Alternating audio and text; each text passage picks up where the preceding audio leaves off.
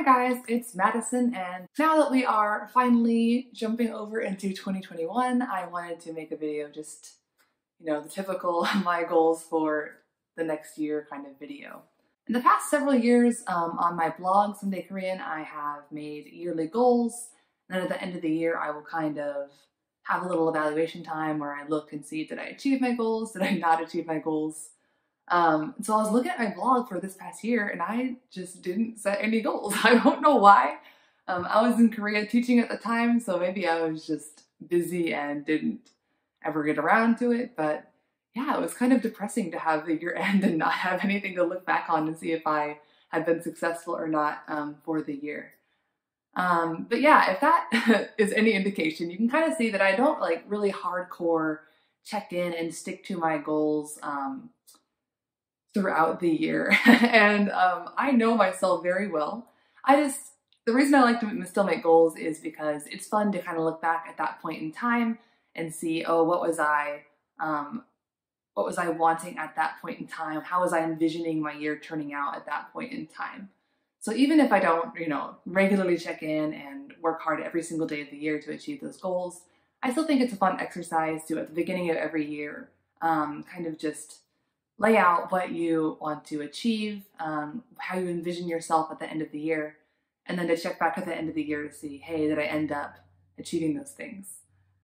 So starting off very basic, I'm currently pretty fluent in Korean, but I'm obviously not native level or perfect in my Korean by any means.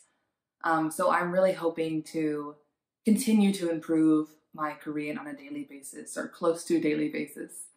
And what that looks like in my head is kind of going outside of my comfort zone, which is kind of just basic conversational, daily life kind of conversations that I have with my friends when I talk to my Korean friends, and really seek to include more academic or like Hanja-based words in my Korean vocabulary. So to do that, I'm just hoping to expand my Korean input. So I'm hoping to watch more news in Korean and take some notes on like headlines and the kinds of words that they're using there, and then also reading a lot more in Korean. Yeah, I mentioned in a few videos back that I'm trying to read more in Korean. I haven't totally been on my one novel a month goal.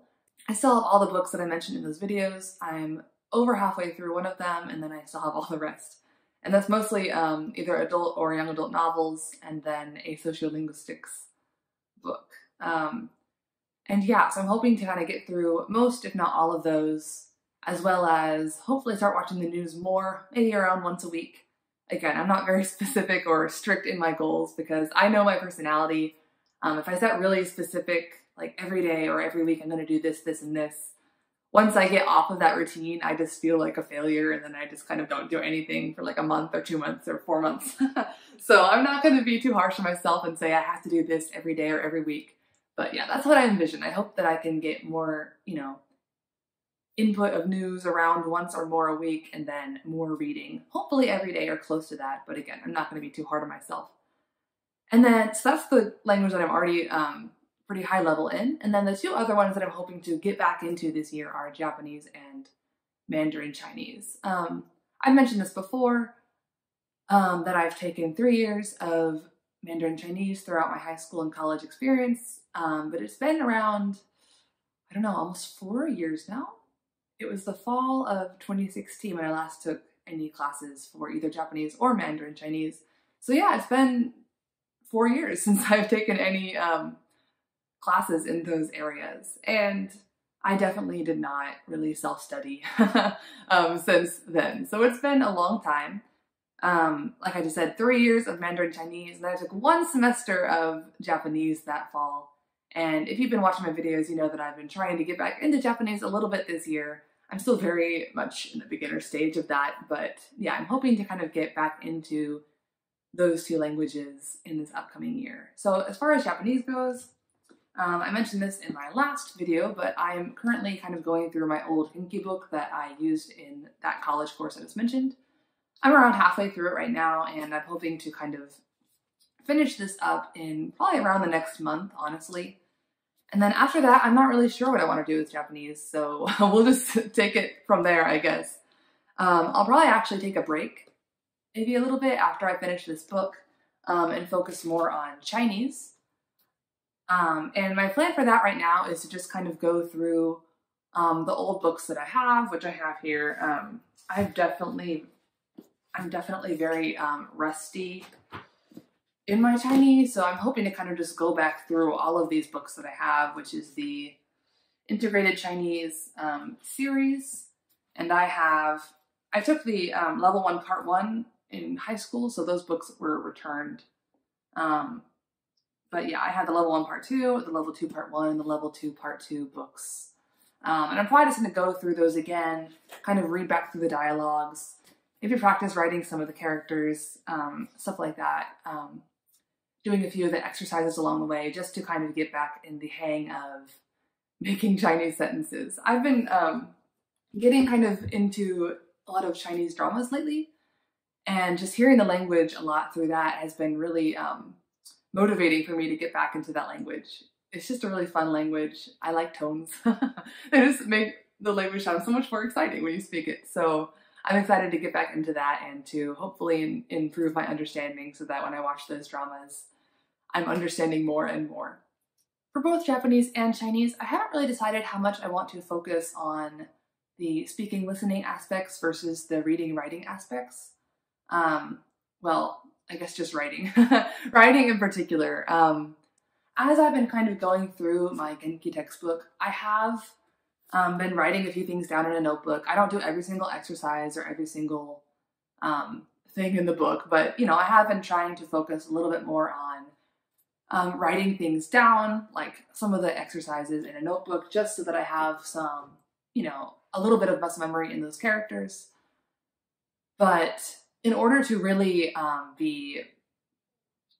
learn how to write Japanese or Chinese successfully, you really have to practice writing a lot. And I'm not sure how much I'm really willing to spend on the writing aspect, just considering that I'm not planning on being in China or Japan anytime soon, and I don't really see a real need for me to be writing characters for either of them. But at the same time, I'm very much a perfectionist, and I don't like to just kind of ignore one whole section of language learning. So I don't know. I think I'll kind of continue my thing where I'm practicing writing some, but I'm not, you know, writing characters over and over and over again just for the sake of memorizing them when I'm not going to be actively using it in the foreseeable future. The one other kind of random goal that I have for this year is to finally sign up for italki lessons. I'm not even sure what language I want to do it in yet. I might do it in Chinese or Japanese. I'm such a perfectionist and nervous person though, so honestly I don't know if I'll be to the point where I even feel comfortable talking for an extended period of time in either one of those languages.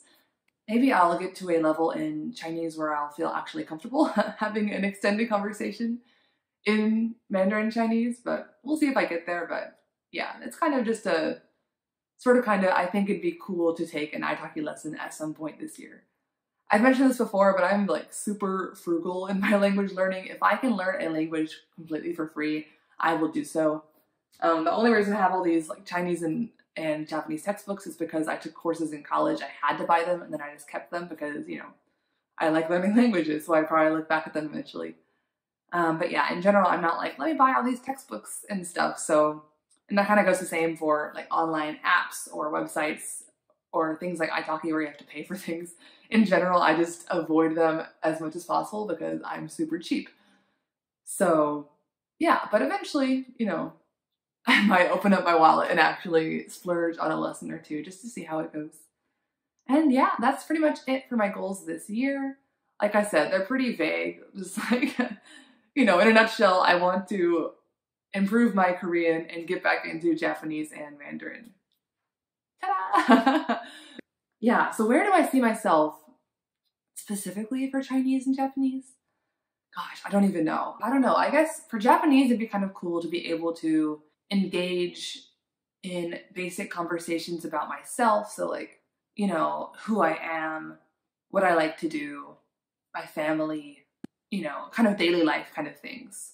And again, that's kind of vague, but I'd like to just expand my grammatical repertoire by the end of the year. Because right now I'm just very much like basic present tense and basic past tense, and I can't really combine sentences and stuff. So I'm not really worried about having this humongous vocabulary by the end of the year, but I'd like to just get more comfortable in making sentences, even just basic sentences about my life, by the end of the year. And then as far as Chinese goes, gosh, who even knows? My biggest goal is just to kind of regain all the knowledge that I had at the end of my 3 years of learning in high school / college, but I'd also kind of like to start being able to actually apply it in conversations. Because even when I was taking classes in college, we didn't really do a lot of speaking exercises, which is kind of a bummer looking back. But yeah, I'd like to increase my reading fluency. So remind myself of all those characters and learn some new ones. And then kind of just become more comfortable using what I already know to actually make sentences. Because a lot of the grammar is long gone. Like, I'll understand a lot in dramas, and then if I try to make a sentence, I'm like, what?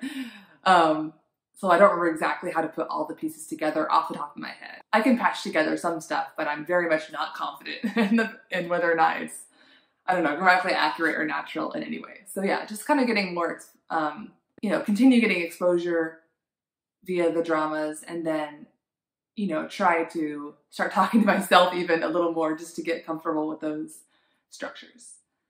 Yeah, and like I said, I'm not too concerned about being able to write all the, kanji or hanzi, but yeah, for now, just being able to recognize a lot and just occasionally practice writing stuff just so that I'm not totally ignoring the writing side is good enough for me. And yeah, those are my very vague, not very specific or measurable language goals for this year, but I'm happy with them, and that's all that really matters. And I know that, this kind of system works a lot better for me than setting very specific goals, especially since if you set a lot of goals, then usually your motivations and your desires change by the end of the year. And so a lot of times if you set really specific goals, I noticed that by the end of the year, I'm like, I didn't do that goal. I also don't really care about that goal anymore. So it doesn't really matter to me.